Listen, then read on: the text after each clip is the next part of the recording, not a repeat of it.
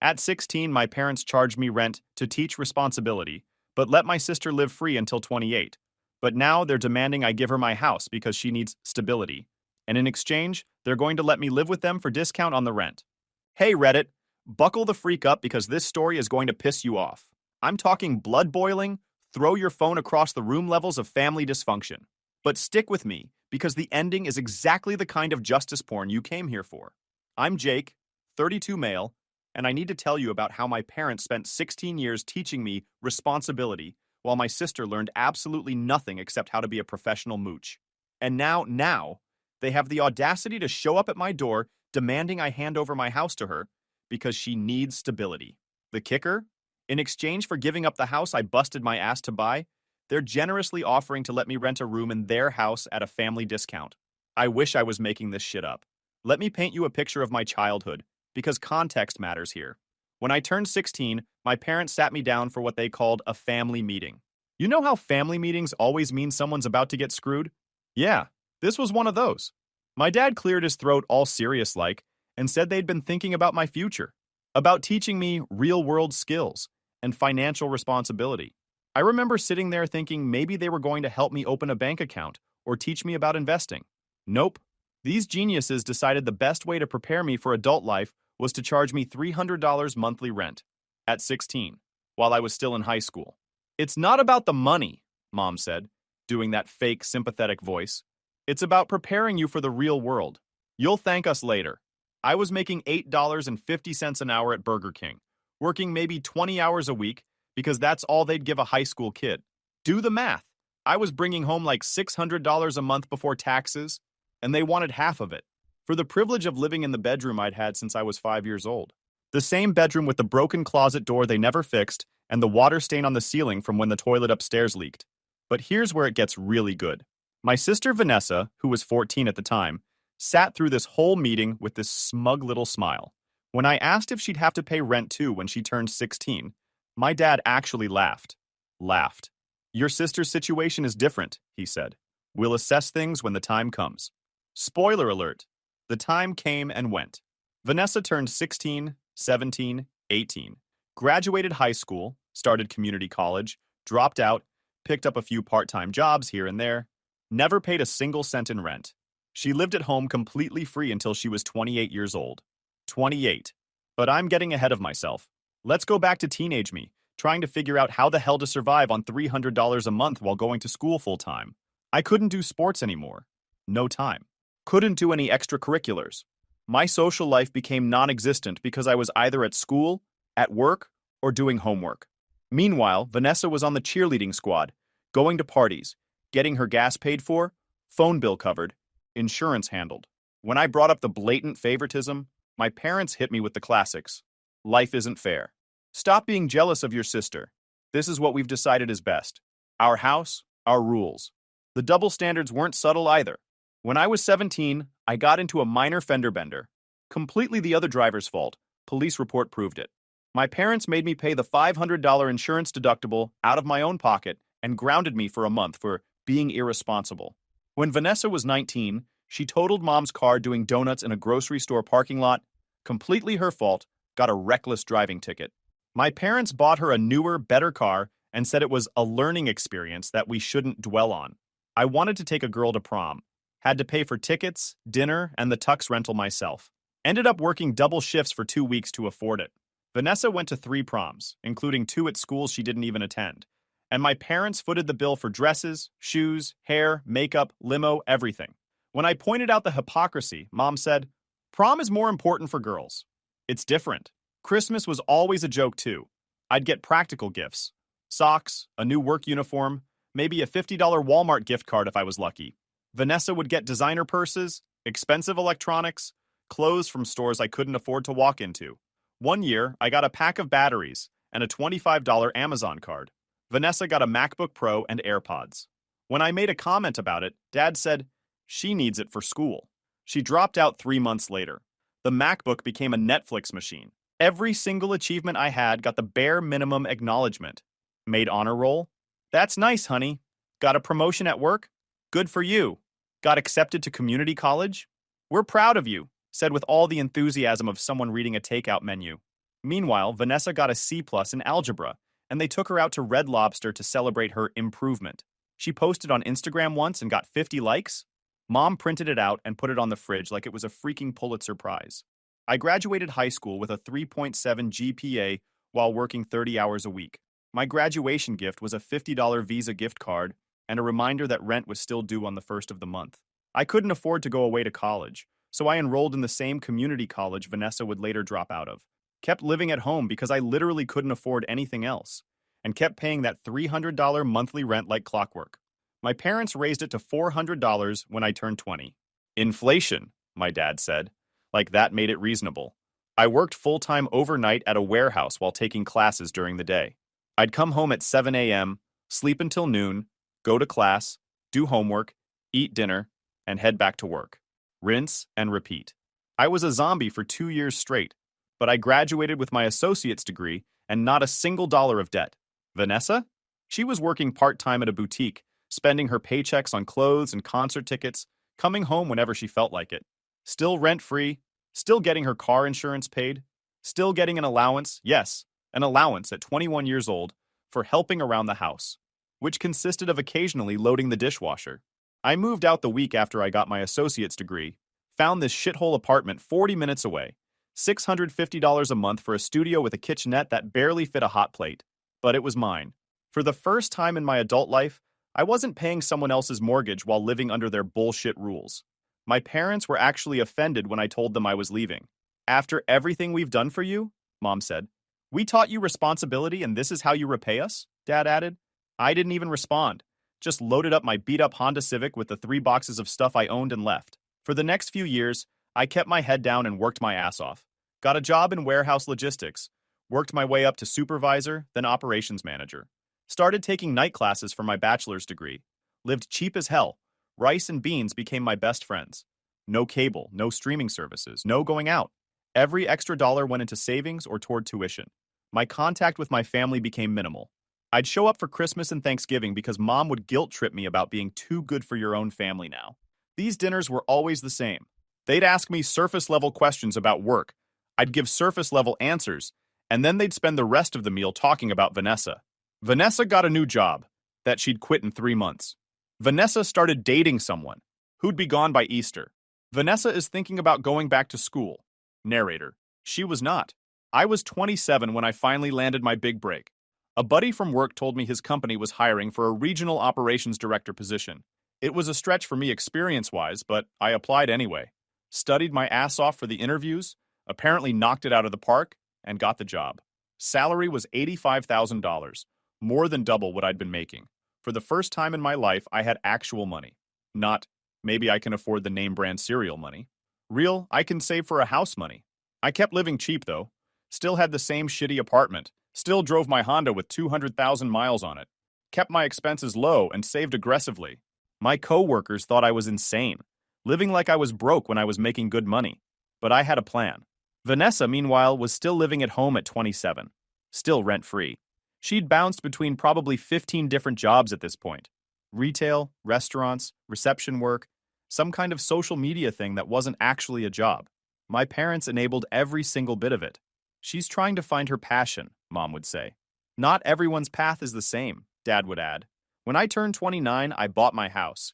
Not some starter condo or townhouse, an actual 3-bedroom, 2-bath house with a garage and a yard.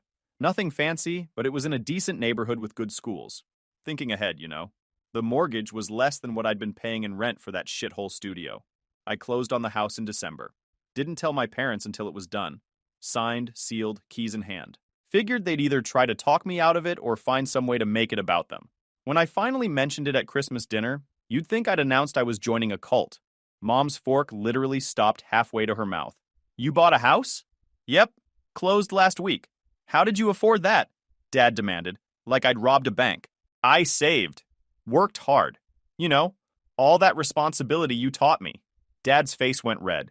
You should have told us. We could have helped you look, given you advice. Why would I want advice from people who think charging a teenager rent is good parenting? That shut him up real quick. But Mom wasn't done. How much did you put down? What's your mortgage rate? Did you get it inspected? She was firing off questions like she had any right to know my financial situation. That's not your concern. We're your parents. Of course it's our concern. Really? Because you weren't concerned about my finances when you were taking $400 a month from me while I was trying to save for my future. Vanessa, who'd been quiet up to this point, decided to chime in. Must be nice to have parents who taught you how to save money. The victim complex was strong with this one. You had the same parents, I shot back. They just made different choices about which one of us needed to learn responsibility. The look on their faces was worth every ramen dinner and canceled weekend plan from the past decade. But here's the thing. They weren't happy for me. They were pissed, like genuinely angry that I'd managed to buy a house without their help or involvement. No congratulations. No, we're proud of you. Just this weird combination of anger and offense that I'd done something significant without including them. You didn't think to consult us first? Mom asked. Why would I? I'm 30 years old. Family discusses big decisions together. Oh, like how we discussed you charging me rent at 16? That family discussion? Yeah, that killed the conversation pretty quick. Vanessa, who was sitting there scrolling through her phone, barely looked up. Must be nice, she muttered. Over the next 2 years, I settled into my house and my life. Got promoted again. Now I'm pulling $110,000 as a senior director. Started dating a great woman named Riley who's a civil engineer. Got a dog. Basically living the stable, boring adult life that I'd worked toward for 15 years. My parents and I maintained our minimal contact. I'd see them at holidays. We'd have our superficial conversations. I'd leave. They never visited my house. Never asked about my life beyond house work. I was fine with it. Meanwhile, Vanessa finally moved out at 28. Not because she got her shit together, because my parents told her they were converting her room into my dad's home office. She moved in with her boyfriend of 4 months, some dude who managed a vape shop. That relationship imploded in 6 weeks, shocking absolutely no one. She ended up in this sketchy apartment complex on the bad side of town, working part-time at a call center and doing some kind of MLM thing on the side. My parents were constantly bailing her out with rent, utilities, car payments. She'd call them crying about how hard life was, and they'd Venmo her money within the hour. The MLM thing was particularly embarrassing. She got sucked into one of those wellness companies selling overpriced supplements. Posted constantly on social media about being a boss babe and living my best life while barely making minimum wage. Tried to recruit me once through a Facebook message. You'd be perfect for this, Jake.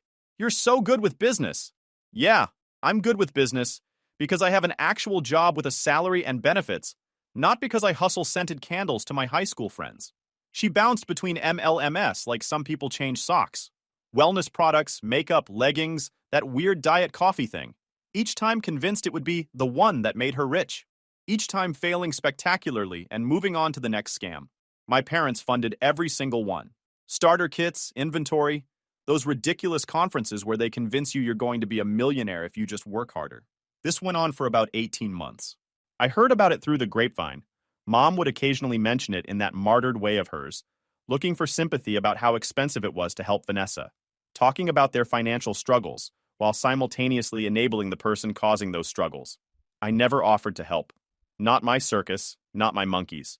Then last month, everything came to a head. I was working from home on a Tuesday afternoon when my doorbell rang. My dog went ballistic, as he does. I checked the camera and saw my parents' car in my driveway, both of them standing on my porch looking uncomfortable.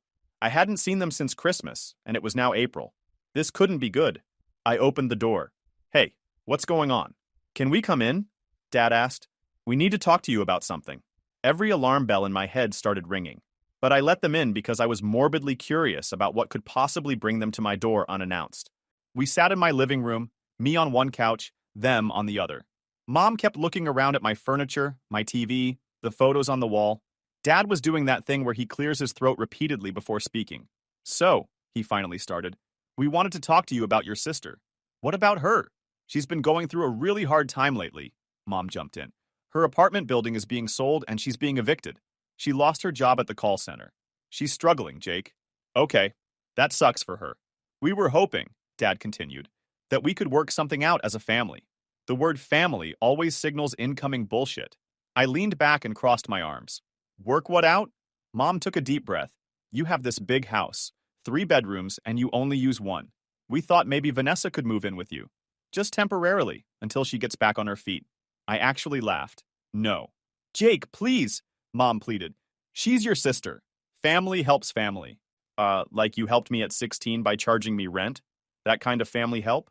Dad's jaw tightened. That was different. That was about teaching you responsibility, I know. And what exactly were you teaching Vanessa by letting her live rent-free for 12 years? This isn't about the past, Mom said. This is about your sister needing help right now. She can get a roommate. Check out some ads. That's what normal people do. She can't afford rent anywhere, even with a roommate, Dad said. Everything is so expensive now. Yeah, it is. Maybe if she'd learned some financial responsibility earlier, she'd be better prepared for that. The looks on their faces. Man, I wish I'd taken a picture. But Mom recovered first. Actually, she said, exchanging a glance with Dad, we had a different idea. A better solution for everyone. Here's where shit got truly insane. What if, Mom continued slowly, Vanessa lived in this house? Like, permanently? I blinked. What? Hear us out, Dad said quickly. This house is perfect for her. 3 bedrooms, nice neighborhood. She needs stability. A real chance to get her life together. So you want me to let her live here rent-free while I... What? Continue paying the mortgage? No, Mom said. We were thinking you could sign the house over to her. Give her a fresh start. The silence that followed was deafening. My dog, sensing the tension, came and sat at my feet. You want me to give her my house? I said slowly, making sure I was hearing this correctly. We'd make it worth your while, Dad added quickly. You could move back home with us. We'd only charge you $400 a month, way less than your mortgage. You'd save so much money. Let me make sure I understand this correctly. You want me to give Vanessa the house I saved for 10 years to buy. The house I worked 60-hour weeks to afford. The house I lived like a monk to save for. And in exchange, you'll let me pay you to live in my childhood bedroom again. The same room I paid rent on from 16 to 22. Is that what you're actually proposing right now? When you put it like that, you make it sound bad, Mom said. We're trying to help both of you. Vanessa gets stability, and you get to save money. It's a win-win. How the freak is this a win for me? Language, Dad snapped, like I was still a kid he could discipline. Answer the question. How is giving away my house that I bought with my own money and paying you rent again possibly a win for me? You're being selfish, Mom said, her voice getting that sharp, judgmental edge. Your sister is going to be homeless, and you're sitting here in this big house all alone, that I worked for, that I earned, that I bought with money I saved while you were bankrolling Vanessa's lifestyle for over a decade. We helped you too, Dad argued. By charging me rent as a teenager? That's your idea of help? We taught you responsibility. And what did you teach her? Silence. No, seriously, I pressed. What life lessons was Vanessa learning while living rent-free until 28? While you paid her car insurance and gave her money whenever she asked? What responsibility did she learn? She had a harder time adjusting to adulthood, Mom said weakly. Because you never made her adjust. You cushioned every fall, funded every failure, and now you're asking me to continue that pattern by giving her my freaking house? Jake, please, Mom started. Get out. What? Get out of my house. Now. You're not even going to consider it? Dad asked, standing up. Consider it? You came to my house. The house I bought myself, without a cent of help from either of you, and asked me to hand it over to your favorite child who's never worked for anything in her life. And you thought I'd consider it? You're delusional. Both of you. We raised you better than this, Mom said, tears forming. No, you didn't. You raised me to work for what I want and expect nothing from anyone. Congratulations. The lesson stuck. Now get the freak out. They left. But not before Dad turned at the door and said, You're going to regret this. I already regret letting you in. The door slammed. I watched through the window as they got in their car, clearly arguing. Then they drove away. I poured myself a drink and sat on my couch for a solid hour processing what had just happened. The sheer audacity. The complete lack of self-awareness. The fact that they genuinely thought I'd go for this insane plan. Riley came over that evening, and I told her everything. She was speechless, then angry, then speechless again. They're joking, right? She finally asked. Like this is some kind of test? I wish. Jake, I don't even have words for how freaked up that is. Welcome to my family. For the next week, my phone blew up. Texts from Mom about how I was tearing the family apart. Voicemails from Dad about how disappointed he was in me. Even got a few messages from Vanessa herself, calling me a selfish asshole who doesn't care about family. The texts from Mom were particularly unhinged. Started off with the standard guilt trip. I didn't raise you to be this cold. Then escalated to straight-up manipulation. I hope you can sleep at night knowing your sister is suffering. By day 3, she was sending me apartment listings with notes like, See? $1,200 per month. She can't afford this. But you could help. Dad's voicemails were this weird mix of disappointment and anger. His voice would crack like he was about to cry. Then he'd get pissed and start yelling about respect and gratitude. One message was literally 7 minutes of him listing everything they'd done for me growing up, conveniently forgetting the part where I paid them thousands of dollars in rent before I was old enough to vote. Vanessa's messages were the most predictable. Pure victim mentality. I can't believe you'd do this to me. I thought you loved me. Mom and Dad are right. You've changed. Like I was the villain in her story for not funding her lifestyle. I blocked them all. Mom, Dad, Vanessa, blocked. Felt freaking great, honestly. Then the extended family got involved. Aunts, uncles, cousins I hadn't talked to in years suddenly had opinions about my obligation to help Vanessa. Group texts I wasn't part of got screenshot and sent to me about what a terrible brother I was being. My Aunt Linda, who I'd maybe spoken to twice in 5 years, sent me this long-ass text about how family is supposed to support each other through hard times. This is the same woman who refused to let her own nephew stay with her for 2 weeks when he was between apartments. But sure, tell me about family support, Linda. Cousin Marcus, who borrowed $2,000 from me 3 years ago and never paid it back, had the balls to text me saying I was acting like money is more important than family. I reminded him about the loan. He said that was different. Of course it was. My other aunt, Patricia, left me a voicemail literally crying about how heartbroken she was that I'd turned my back on Vanessa. She's blood, Jake. Blood! Really touching, Patricia. So touching that you're willing to let her move into your house, right? No? Didn't think so. The group text situation was insane. Someone would screenshot a conversation talking shit about me and send it to me, I guess thinking I'd be shamed into compliance. One thread had my mom saying I forgot where I came from and needed to be reminded about the importance of family. Another had Dad saying I'd always been selfish, and this was just proof. The funny thing? Not one of them offered to let Vanessa live with them. Not one offered to help her financially. They were all perfectly comfortable volunteering my house and my resources, but their own? Off limits. Aunt Linda had a 4-bedroom house with just her and her husband. Cousin Marcus had a basement apartment sitting empty. Patricia had a mother-in-law suite over her garage. But none of them stepped up. Easier to pressure me than to actually help themselves. I responded to the family group chat with one message. Anyone who thinks I should give Vanessa my house is welcome to give her theirs. Otherwise, shut the freak up and mind your business. That caused quite the stir. Got me uninvited from a few family events. No big loss. Aunt Linda's husband sent me a private message saying I was out of line and owed everyone an apology. I blocked him too. Cousin Marcus called me bitter and said I needed therapy. This from a guy who'd been engaged 4 times and still lived with his mom at 35. The best part? Uncle Steve told me that after my message, the family group chat went silent for about 6 hours. Then people started quietly dropping out of the conversation. Guess nobody wanted to volunteer their own resources once I called them on their bullshit. 2 weeks later, Mom called from a number I didn't have blocked. I answered without thinking. Jake, thank God. Listen, we need to talk about this situation. There's no situation. The answer is no. It was no then, it's no now, it'll be no tomorrow. Your sister is living in her car right now. Her car, Jake. That sucks. Maybe she should get a job. Maybe 2 jobs. Seems to work for most people. How can you be so cold? How can you be so blind? You created this situation. You raised her to believe she'd always be rescued. Well, congratulations.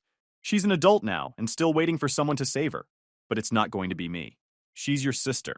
And you're my parents. And you charged me rent at 16 while giving her a free ride for 12 years. Forgive me if I'm fresh out of family loyalty. What if we made a different arrangement? Mom asked desperately.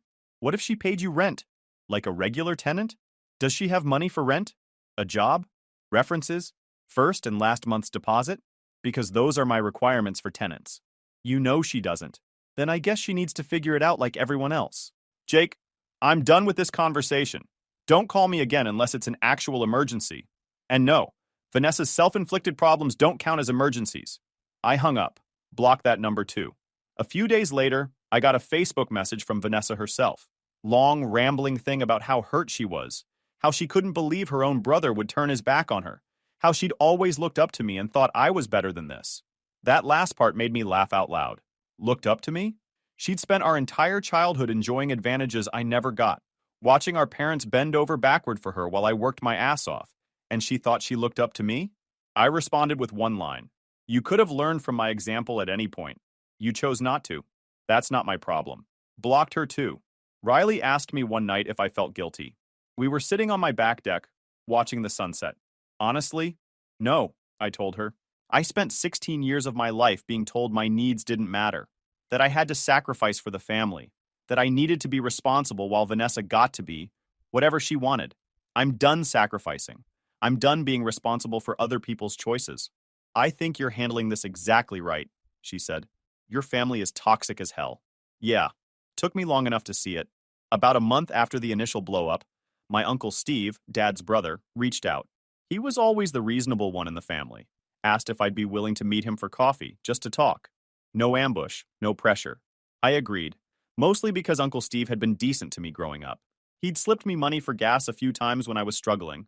Never told my parents. Good dude. We met at a Starbucks halfway between our houses. He bought the coffee, my first sign this might not be a setup. So, he started once we sat down. Your parents are pissed at me. Yeah? Why? Because I told them they're completely out of line. I nearly choked on my latte. You did? Hell yes, I did. Jake, what they asked you to do is insane. I want you to know that. Thank you. Jesus, thank you. I was starting to think I was the crazy one. You're not. They are. He leaned back in his chair.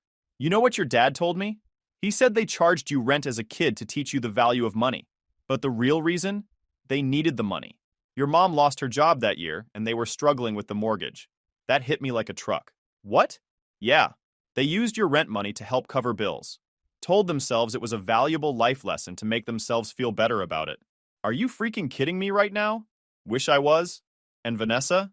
They let her live free because your mom felt guilty. Thought she'd been too hard on you and wanted to do things differently with your sister. Overcompensated like crazy. So I got screwed because they were broke. And she got spoiled because they felt guilty. That's what you're telling me. That's exactly what I'm telling you. And now they've created this monster who can't function as an adult. And instead of dealing with the consequences of their shitty parenting, they want you to fix it. That's not happening. Good. Don't let them guilt you. You earned everything you have. You don't owe them or Vanessa a damn thing. We talked for another hour. Uncle Steve filled me in on more family drama. Apparently, several relatives thought my parents were way out of line, but didn't want to say anything and rock the boat. Typical family dynamics. Everyone knows something's wrong. Nobody wants to address it. He also told me Vanessa had finally gotten a job, full-time at a call center. Different from the last one. Found a roommate situation in a not terrible apartment. Was actually functioning like an adult for the first time in her life. She's pissed at you, Uncle Steve said. Blames you for everything. Of course she does. Taking responsibility would require self-awareness. Fair point, but between you and me, having her support system cut off might be the best thing that ever happened to her. Maybe. Time would tell. I haven't talked to my parents since that phone call. It's been 3 months now. Longest I've ever gone without contact. And honestly, I feel lighter. No more obligation to show up for holidays, where I'm treated like an afterthought. No more listening to them praise Vanessa's bare minimum efforts while ignoring my actual accomplishments. No more being the family ATM or safety net. Riley and I are talking about getting engaged. She's moving in next month. We're going to use that third bedroom as a home office. The same bedroom my parents wanted me to give to Vanessa for free. She's been incredible through this whole thing, honestly. Never once questioned my decision. Never suggested I should try to mend fences or give them another chance. She comes from a functional family where people actually respect boundaries. So watching my family's dysfunction unfold was like watching a nature documentary for her. Fascinating in a horrifying way. Your sister is almost 30 and acts like she's 16, Riley said one night after another barrage of guilt trip texts. Your parents enabled that. They're mad because you won't continue enabling it. This isn't complicated. She was right. It wasn't complicated. My family just wanted to make it complicated so I'd feel guilty enough to give in. Riley also pointed out something I hadn't fully considered.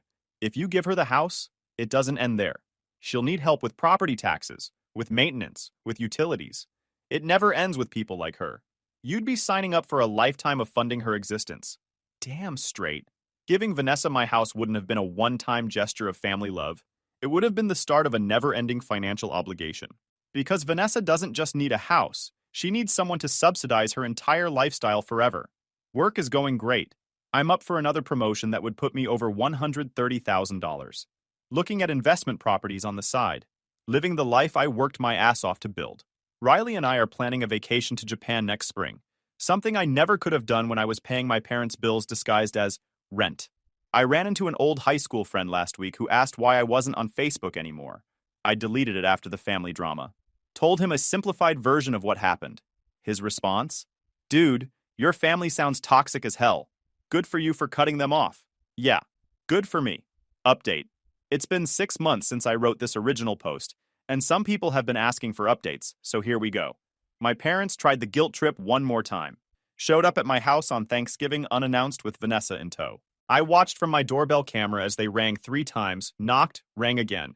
Riley and I were literally inside watching them through the camera, eating Thai food and watching movies. After about 5 minutes, I saw my dad pull out his phone. Mine rang. Didn't answer. Then Riley's phone rang. They'd somehow gotten her number. She answered on speaker. This is Riley. Riley, hi, it's Jake's mother. We're outside the house. We know you both are in there. We just want to talk. He doesn't want to talk to you. Please leave. This is between family. I'm going to be his family soon. And I'm telling you to leave before we call the police for trespassing. You can't be serious. Riley hung up. Looked at me. Should we actually call the cops? Give them 5 minutes to leave on their own. They left in 3. Haven't heard from them since.